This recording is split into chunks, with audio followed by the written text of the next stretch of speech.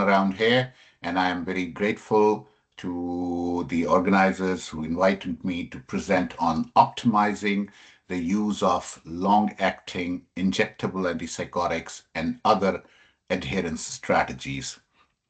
I have the benefit of working at the two ends of the globe, one in Pakistan, where I'm practicing psychiatry for more than 30 years now, and practicing psychiatry as a psychiatrist in Queen's University, Kingston, Ontario, Canada as well. So, this presentation is mostly based on my personal experiences and the gathering the literature from other steps. And if you people have any questions, I'll be more than happy to respond to your questions. Most of these things are strategies are used by us in our daily clinical practice, and we try to improve the adherence and other strategies. The basic learning objective of this presentation is to understand the impact of non-adherence in psychotic disorder, review indications and benefits of long-acting injectable antipsychotics, compare available long-acting options and dosing considerations, identify patient-centered strategies to improve adherence, and integrate long-acting injectables with psychosocial and systemic support system. Uh, when we are talking about injectables and adherence, we know that unfortunately non-adherence rates in schizophrenia are more than 40 to 60%.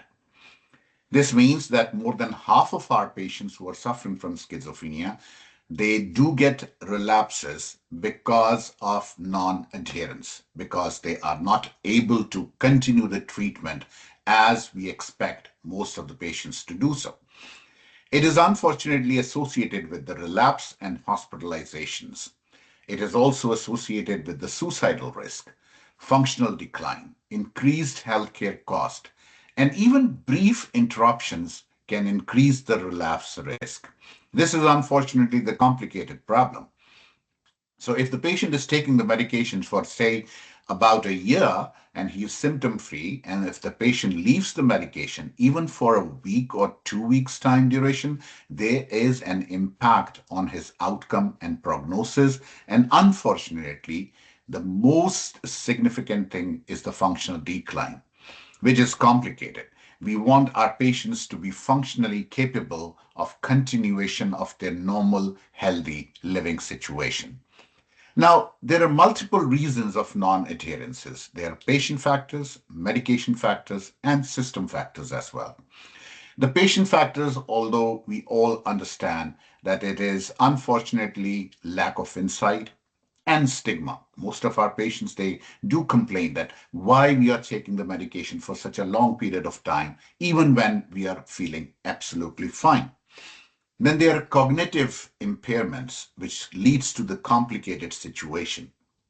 Patient starts forgetting, and unfortunately, this is one of the complications that they start forgetting about the medication, which is practically we have seen in a number of cases.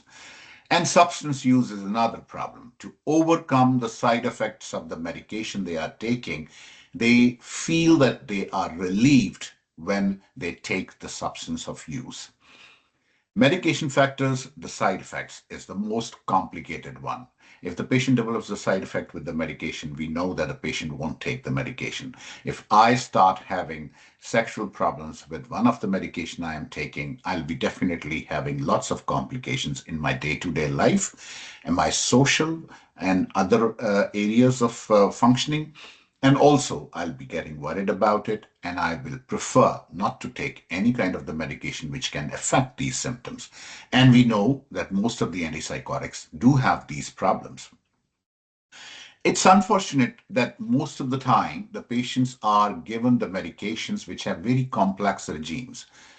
We always try to make sure that the antipsychotic medication regime is very simple.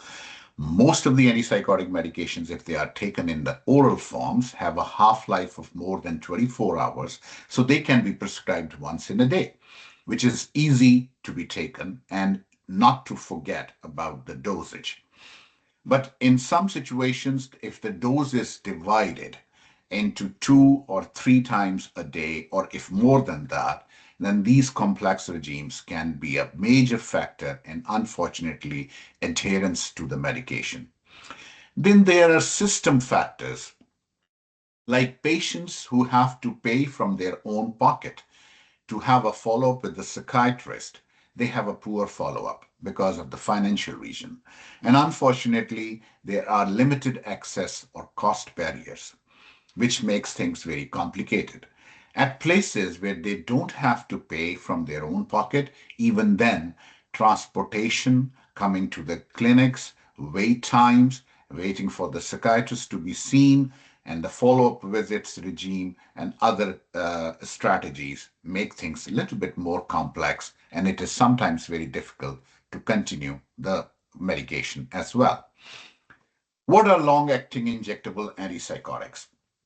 Injectable formulations administered once in 2 weeks, monthly, 6 to 8 weeks, 3 monthly, or 6 monthly are called injectable formulations of long acting injectable antipsychotics. They maintain a steady plasma levels for the period of the time which is mentioned in their dosage regime. Reduce reliance on daily oral dosing. Just to give you an example, like if my patient is stable on 6 milligrams of paliperidone orally per day, the best way to move forward would be to shift him to a monthly paliperidone injectables. And after 3 months, I will prefer to shift them to 3 monthly injectables. And now that the 6 monthly injectable is available as well, so it improves the compliance. So the patient has to go only twice in a year to get the injectable, and then he is symptom free and his functionality is relatively much more comfortable and easy.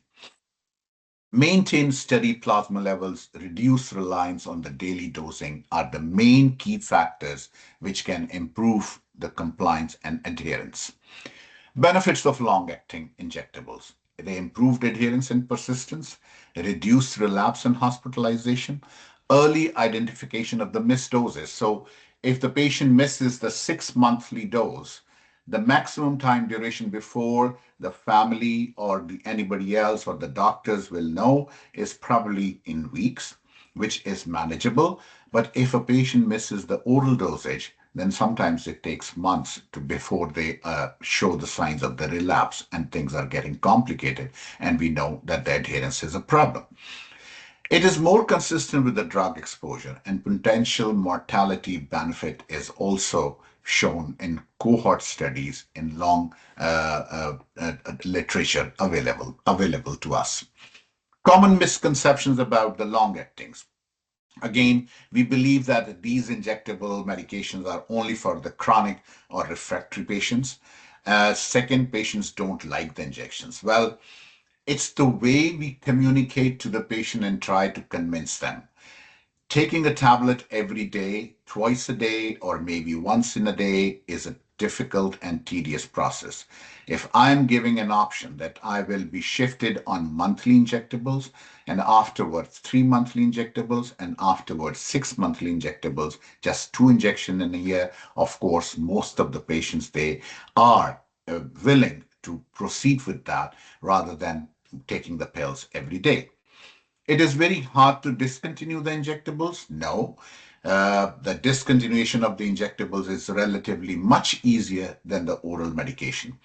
So that in reality, many patients prefer convenience and they can be used early in the illness. So even at the acute episodes, we can go on the depot injectable preparations to improve the compliance if the patient agrees. And if we feel that there are factors which can complicate adherence, then of course, giving injectables right in the first episode are much more beneficial than giving them the oral medication.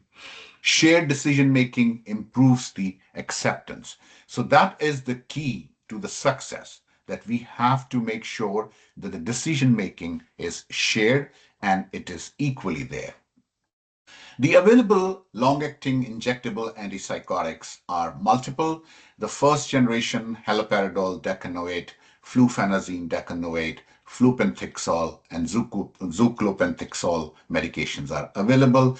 Most of them are on monthly basis, but they can be adjusted on 2 weekly or 3 weekly basis as well, according to the need. The second generation antipsychotic medications, risperidone, is mostly available in 2 weekly or monthly injectable preparations. Paliperidone, fortunately, is available on monthly, 3 monthly, and now 6 monthly injectable form as well. Aripiprazole recently, it is now available in the form of a monthly and 2 monthly forms as well, which is much more appropriate and easy and convenient. Olanzapine is still not available in the form of long acting, which can stay there for a longer period of time. And monitoring, and unfortunately, some of the physical investigations related for the olanzapine prescriptions is relatively difficult. It has to be given in a hospital setting rather than a community setting. So the clinical considerations are oral tolerability trial first. Well, most of the time, this is the best strategy. So first, we start the oral medication. If it suits the patient well, we'll shift them to a monthly, then we shift the patient to 3 monthly or 6 monthly. But in some situations, now it is recommended that even the long-acting injectable antipsychotics can be given right away in the form of injectable at the first patient's encounter. When we confirm the diagnosis, all the baseline investigations are complete, patient is willing to go forward with it, then it's the easiest and the safest way to move forward. The injectable site and the technique is very important as well, because most of these injections, they are given in the deltoid region and not given in the gluteal region.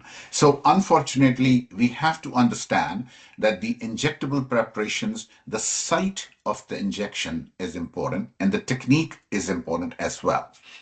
Then monitoring the extrapyramidal side effects, metabolic effects, prolactin levels, post-injection syndromes, all of these symptoms needs to be assessed on a weekly, monthly, or sometimes 6 monthly basis as well as the time goes by. Selecting the right patient. Long-acting injectables may be appropriate for recurrent relapses due to non-adherence, first episode psychosis, patient preference for convenience, limited insight or chaotic lifestyles, history of missed or appointments refills are complicated. We have to make sure that the shared decision making is there. We have to discuss the benefits and the risk of giving the long acting injectables. We have to discuss the frequency of the injectable, and we have to ensure that this would be the plan in the long term. This will be the plan in the short term. So the patient is absolutely on board when we are proceeding forward with this decision. And the side effect profile, we have to discuss it. And also, we have to give reassurance to the patient that the patient will be overcoming the side effects, and we have ways to overcome the side effects as well. Use patient-centered language, a way to make treatment easier, a tool to stay well longer. That is the key. Beyond long-acting injectables, other adherence strategies, we all understand that this is an important area. Simplifying oral regimes, psychoeducation of the patients and the family, motivational interviewing, reminder systems like there are applications available, there are text messages available, there are support groups available, which can make sure that these patients are able to understand the 3 monthly or the 6 monthly compliance packs are important. Pill organizer or the blister packs is another way of dispensing the pills. So we use weekly compliance blister packs to make sure that the patient is not missing the dose, and if they miss, then they are picked up very quickly. Now, moving forward, the psychosocial interventions like cognitive behavior therapy for psychosis, assertive community treatment case management, supported employment and housing, and family interventions. All of these domains, they need a long-term discussion, and they have their benefits definitely in making sure that a patient is adherent to the treatment and outcome is better and the prognosis is better as well. There are some problems with the system level strategies like same day long acting injectable initiation protocols. So sometimes it takes us days, weeks, and sometimes more than that time period to initiate the injectables, which unfortunately makes things a little bit complicated. Injection clinics or pharmacy based administration is the best strategy. So the places where they have depot clinics or where the pharmacists are allowed to dispense these injectables like we do here is much more convenience. The pharmacist is given a written order that this injection needs to be given to this patient on monthly basis or 3 monthly basis. And the pharmacists are usually very good resource people to ensure the adherence and have a follow-up and compliance, yeah, non-compliance issues can be addressed. Care coordination between inpatient and outpatient setting is important, and reducing insurance and prior authorization barriers needs to be addressed as well. Patients with multiple relapses due to missed oral medications are unfortunately complicated, and we know that the hospitalization and improved functioning is good and better outcome. Key takeaways. So, non adherence is a common and costly but modifiable. Long acting injectables are underutilized, and they are very effective. Best outcomes come from combining pharmacological strategies, psychosocial supports, and shared decision making. These are some of the injectable preparations available in the market. Unfortunately, because of the shortage of the time, I won't be able to say that, explain all of these. But again, as I said, injection site and the technique with which the injectable needs to be given is very important. So just go through this. My slide presentation is available. Anybody can share it. I have no rights over it, so you can have it. Any questions or discussions are most more than welcome. And thank you very much for listening to me. I hope this presentation would be of some benefit to some of the people listening. Thank you very much.